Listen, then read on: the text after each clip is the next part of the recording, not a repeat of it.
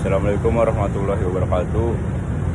Perkenalkan, nama saya Farsar Jarianto dengan NIM 312 310 313 kelas TI 23C5. Di sini saya akan menjelaskan apa itu basis data. Basis data adalah kumpulan data yang terorganisir secara logika, dikelola menggunakan metode tertentu yang menjamin konsistensi data. Basis data menyediakan fasilitas atau mempermudah dalam menghasilkan informasi yang digunakan oleh pemakai untuk mendukung pengambilan keputusan.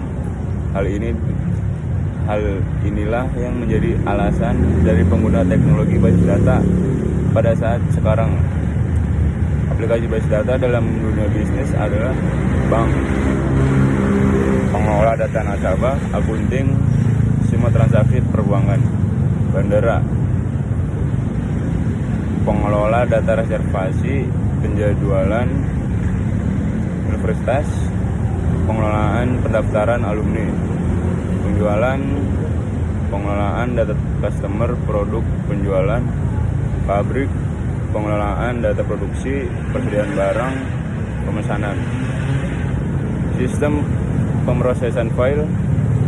Sebelumnya sistem yang digunakan untuk mengatasi semua permasalahan bisnis, menggunakan pengelolaan data secara tradisional dengan cara menyimpan record pada file-file yang terpisah, yang disebut juga sistem pemrosesan file, di mana masing-masing file diperuntukkan hanya untuk satu program aplikasi saja. Kelemahannya sistem pemrosesan file adalah timbulnya data rangkap, redundansi data, dan ketidakkonsistensi data.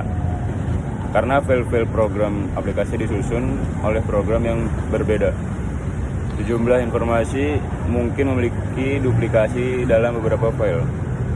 Kesukaran dalam mengakses data, munculnya permintaan baru-baru yang tidak diantisipasikan sewaktu membuat program aplikasi sehingga tak memungkinkan untuk pengambilan data. Data terisolir karena data tersebar dalam berbagai file, dan file-file mungkin dalam format yang berbeda. Akan sulit menuliskan program aplikasi baru untuk mengambil data yang sesuai. Masalah pengamanan, security problem, tidak semua pemakai diperbolehkan mengakses seluruh data. Tapi sejak program-program aplikasi ditambah secara ad hoc, maka sulit melaksanakan pengamanan seperti yang diharapkan. Data dependence, apabila terjadi perubahan atau kesalahan pada program aplikasi, maka pemakai tidak dapat mengakses data. Yang terakhir ada file dan database. File, suatu kumpulan record atau dokumen tentang suatu organisasi, orang, wilayah, atau objek, berkas kertas, file komputer.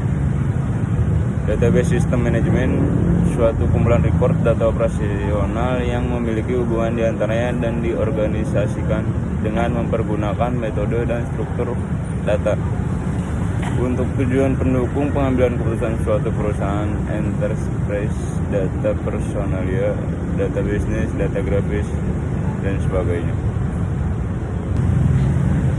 Pengertian database. Database adalah suatu koleksi berisi data operasional yang digunakan oleh sistem-sistem aplikasi suatu perusahaan atau organisasi. Database, dokumen atau kertas sebagai besar informasi dunia ini masih tersimpan di dalamnya. Tersimpan pengolahan data berbasis file, mempelopori sistem pengolahan data secara batch untuk terutama bisnis. Database Management System atau disebut dengan DBMS, sistem perangkat lunak untuk mendefinisikan, menciptakan, menyimpan database serta menyediakan akses ke database dan repositorinya.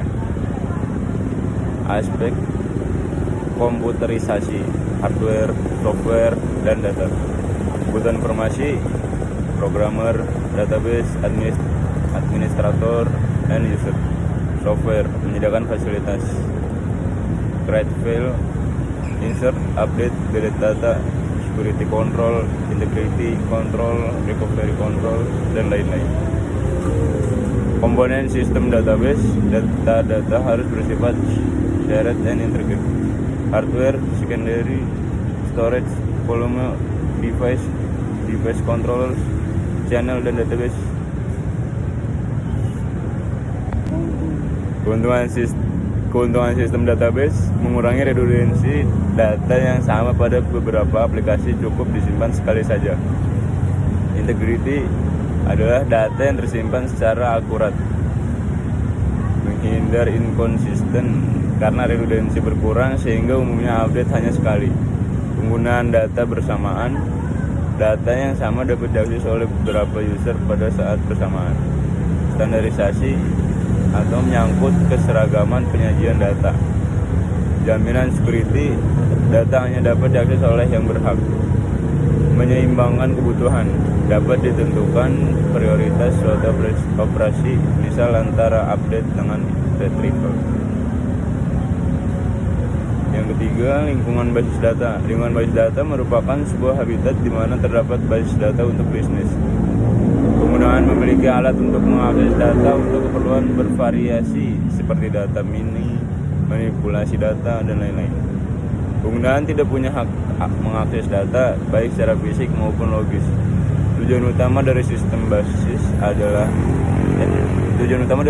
data adalah menyediakan pemakai melalui suatu pandangan abstrak mengenai data dan menyebutkan detail dari bagaimana data disimpan dan dimanipulasikan. Arsitektur basis data pada tahun 1975, Badan Standarisasi Nasional Amerika (NSPROC), American National Standard Institute, Standard Planning and Recruitment, menetapkan 3 level abstraksi dalam database, yaitu level eksternal atau level pandangan, level konseptual, level internal atau level fisik.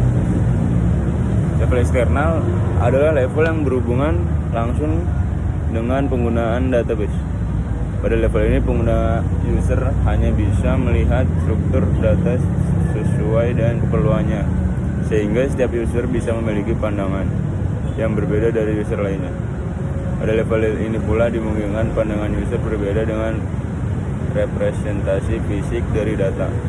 Misalkan untuk data hari secara fisik, data direkam dalam bentuk kode, sedangkan user melihat data dalam bentuk teks nama. Data yang dilihat oleh user seakan-akan berasal dari satu file. Secara fisik mungkin diambil dari beberapa file yang berrelasi. Yang kedua adalah level konseptual. Level konseptual adalah level dari para administrator database. Pada level ini didefinisikan hubungan antara data secara logik, sehingga diperlukan untuk struktur data secara lengkap. Para administrator database memahami bagaimana satu file dijabarkan dari beberapa file data. Demikian pula pada saat perancangan database, mereka dapat saja membagi data menjadi beberapa file agar dapat diakses dan disimpan secara efisien. Level internal. Level internal adalah level di mana data disimpan secara fisik dalam bentuk kode, teks, angka, bit. Pada level ini didefinisikan alokasi ruang penyimpanan data, deskripsi data dalam penyimpanan, kompresi data agar lebih hemat, dan enkripsi data agar lebih aman.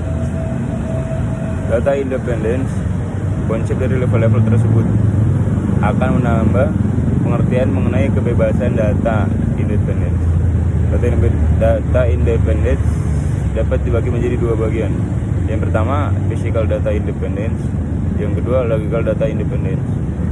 Physical data independence bahwa internal dapat diubah oleh DBA tanpa mengganggu konseptual skema.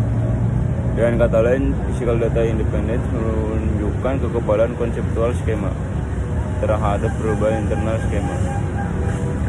Logical independence bahwa konseptual skema dapat diubah oleh DBA tanpa mengganggu eksternal skema. Dengan kata lain, logical data independence menunjukkan kekebalan eksternal skema terhadap perubahan konseptual skema. Konsep data independence, prinsip data independence adalah salah satu hal yang harus ditetapkan di dalam pengelolaan sistem basis data dengan alasan-alasan sebagainya. DBA dapat mengubah isi, lokasi, perwujudan dalam organisasi basis data tanpa mengganggu program-program aplikasi yang sudah ada. Yang kedua, pabrik, agen, peralatan, software pengolahan data dapat memperkenalkan produk-produk baru tanpa mengganggu program-program aplikasi yang sudah ada. Yang ketiga, untuk memindahkan perkembangan program-program aplikasi. Yang terakhir, memberikan fasilitas pengontrolan terpusat oleh DBA demi keamanan dan integritas data dengan memperhatikan perubahan-perubahan kebutuhan pengguna. DBMS adalah suatu sistem perangkat lunak yang memungkinkan user untuk membuat, memelihara, mengontrol, dan mengakses database secara praktis dan efisien. Dengan DBMS, user akan lebih mudah mengontrol dan memanipulasi data yang ada. Untuk mengolah database diperlukan suatu perangkat lunak, yaitu DBMS atau disebut dengan Database Management System. DBMS merupakan software yang menghandle seluruh akses pada database untuk melayani kebutuhan user. DBMS adalah software hardware firmware yang yang memanage database. Firmware adalah software yang telah menjadi modul yang tertanam pada hardware. DBMS adalah manajemen yang efektif untuk mengorganisasi sumber daya data. Di sini adalah komponen DBMS. File Manager mengelola ruang dalam disk dan struktur data yang dipakai untuk mempresentasikan informasi yang tersimpan dalam disk. Database Manager menyediakan interface antara data low level yang ada di basis data dengan program aplikasi dan query yang diberikan ke sistem. Query processor yang menerjemahkan perintah-perintah dalam query language ke perintah low level yang dapat dimengerti oleh Database Manager.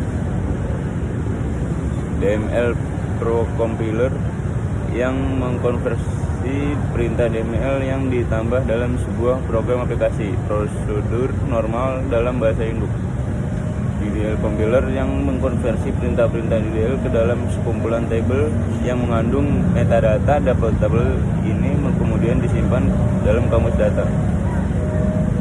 Fungsi DBMS adalah pendefinisian data yang meliputi penentuan tipe, struktur, dan data batasan data yang akan disimpan dalam basis data.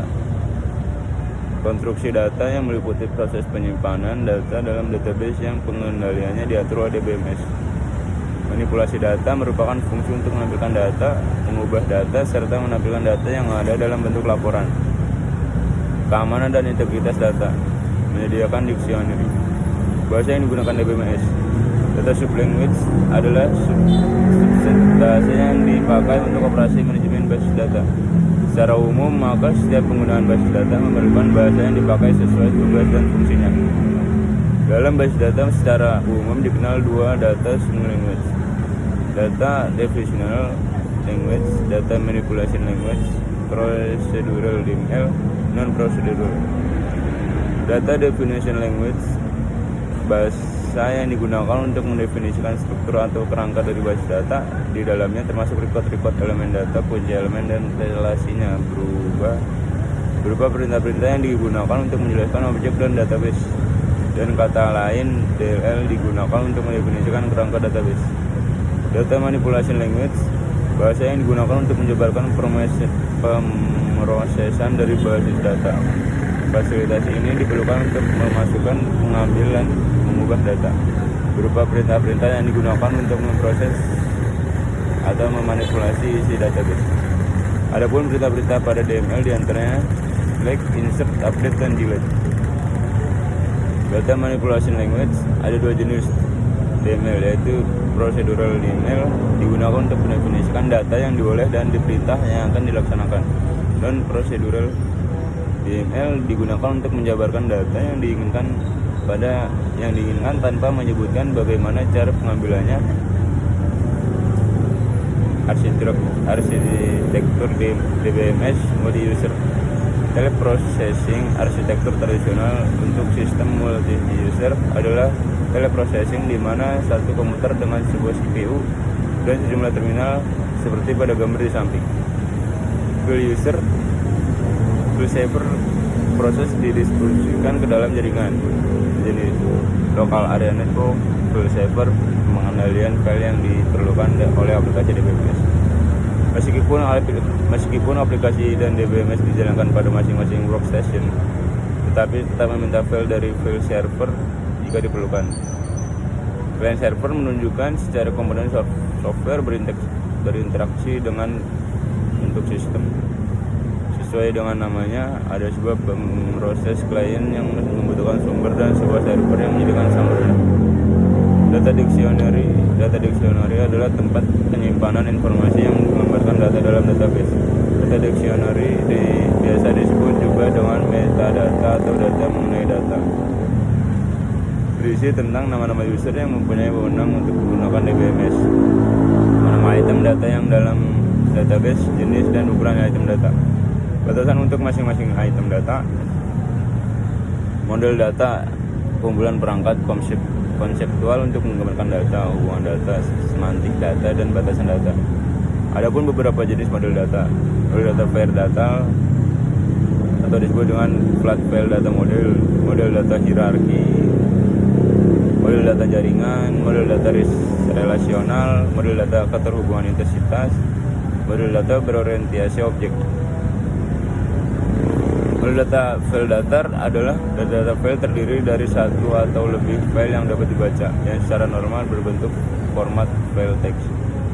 Informasi pada suatu flat file disimpan sebagai file dan files memiliki panjang konstan atau panjang bervariasi dipisahkan dengan karakter. Kelemahan model data flat file tidak menggunakan struktur yang dengan mudah dapat direlasikan, sulit untuk mengatur data secara efisien dan menjamin akurasi. Lokasi fisik file data yang file harus diketahui. Program harus dikembangkan untuk mengatur data. Model data hierarki. Basis data hierarki satu tingkat di atas basis data flat file. Dalam hal ini kaitannya dengan kemampuan untuk menemukan dan memelihara relasi antara kelompok data. Arsitektur model data hierarki berdasarkan konsep konferensial. Pada model data hierarki, suatu root table atau parent table berada pada struktur yang paling atas terhubung ke chute table yang dihubungkan dengan data. Kelebihan basis data hierarki dibandingkan flat file, data dapat dengan cepat dilakukan retrieve. Integritas data mudah dilakukan pengaturan. Adapun kelemahan data hierarki dibandingkan dengan flat file, penggunaan harus sangat familiar dengan struktur basis data. Jadi redundansi data. Model data jaringan. Model basis data jaringan merupakan perbaikan dari model basis data hierarki, yaitu dengan menambahkan kemampuan root table atau melakukan share relationship dengan chute tables. Dalam hal ini, chute tables dapat memiliki banyak root table dan untuk melakukan akses terhadap root table tidak dibutuhkan lagi untuk mengakses root table terlebih dahulu. Kelebihan model data jaringan, data lebih dapat cepat diakses. User dapat mengakses data dimulai dari beberapa table, mudah untuk memodelkan basis data yang kompleks, mudah untuk membentuk query yang kompleks dalam melakukan retrieve data. Kelemahan basis data jaringan, struktur basis data tidak mudah untuk dilakukan modifikasi. Perubahan struktur basis data yang telah didefinisikan untuk mempengaruhi program aplikasi yang mengakses data basis data. User hanya memahami struktur basis data. Model data relasional. Model data basis data relasional merupakan model basis data yang paling populer banyak digunakan sekarang ini. Unit utama yang disimpan pada basis data adalah berbentuk tabel atau kelompok data yang saling berhubungan. Tabel terdiri baris dan kolom. Baris adalah merepresentasikan tabel atau record pada tabel, dan kolom merepresentasikan field pada tabel. Tabel dapat berhubung dengan tabel lain dengan menggunakan kunci. Adapun kelebihan basis data relasional, data sangat cepat diakses. Data struktur basis data mudah dilakukan perubahan. Data dipresentasikan secara logik. User tidak membutuhkan bagaimana data disimpan. Mudah untuk membentuk query yang kompleks dalam melakukan retrieve data. Mudah untuk mengimplementasikan integritas data. Data lebih akurat, mudah untuk membangun dan memodifikasi program aplikasi. Telah dikembangkan oleh struktur query language. Adapun kelemahan basis data relasional, kelompok informasi tables yang berbeda dilakukan unit untuk melakukan retrieve data. User hanya harus familiar dengan relasi antar table. User harus belajar SQL. Model data keterhubungan identitas adalah menjelaskan hubungan antar data dalam sistem basis data berdasarkan suatu resepsi. bahwa real world terdiri dari objek-objek dasar yang mempunyai hubungan relasi antar objek-objek tersebut. Relasi antar objek dilukiskan dengan menggunakan simbol-simbol grafis tertentu. Model data berorientasi objek. Model basis data berorientasi objek adalah suatu model basis data di mana data didefinisikan, disimpan, dan diakses menggunakan pemrograman berorientasi objek. Basis data orientasi objek didefinisikan dengan menggunakan bahasa pemrograman berorientasi objek, yaitu bahasa Java. Aplikasi end user juga dibangun dengan menggunakan bahasa orientasi objek. Objek database management system digunakan untuk membuat link antara bisnis dan aplikasi. Kelebihan basis data berorientasi objek: yang pertama adalah programmer hanya dibutuhkan memahami konsep berorientasi objek untuk mengkombinasikan konsep berorientasi objek dengan storage basis data relasional. Yang kedua, objek dapat dilakukan sifat warisan dari objek yang lain. Yang ketiga, secara teoritis mudah untuk mengatur objek. Yang keempat, model dapat berorientasi secara lebih kompatibel dengan tools pemrograman berorientasi objek. Adapun kelemahannya basis data berorientasi objek, user harus memahami konsep berorientasi objek karena basis data berorientasi objek tidak berbeda dengan metode pemrograman tradisional. Sekian dari saya, Faris Arjadianto. Terima kasih. Assalamualaikum warahmatullahi wabarakatuh.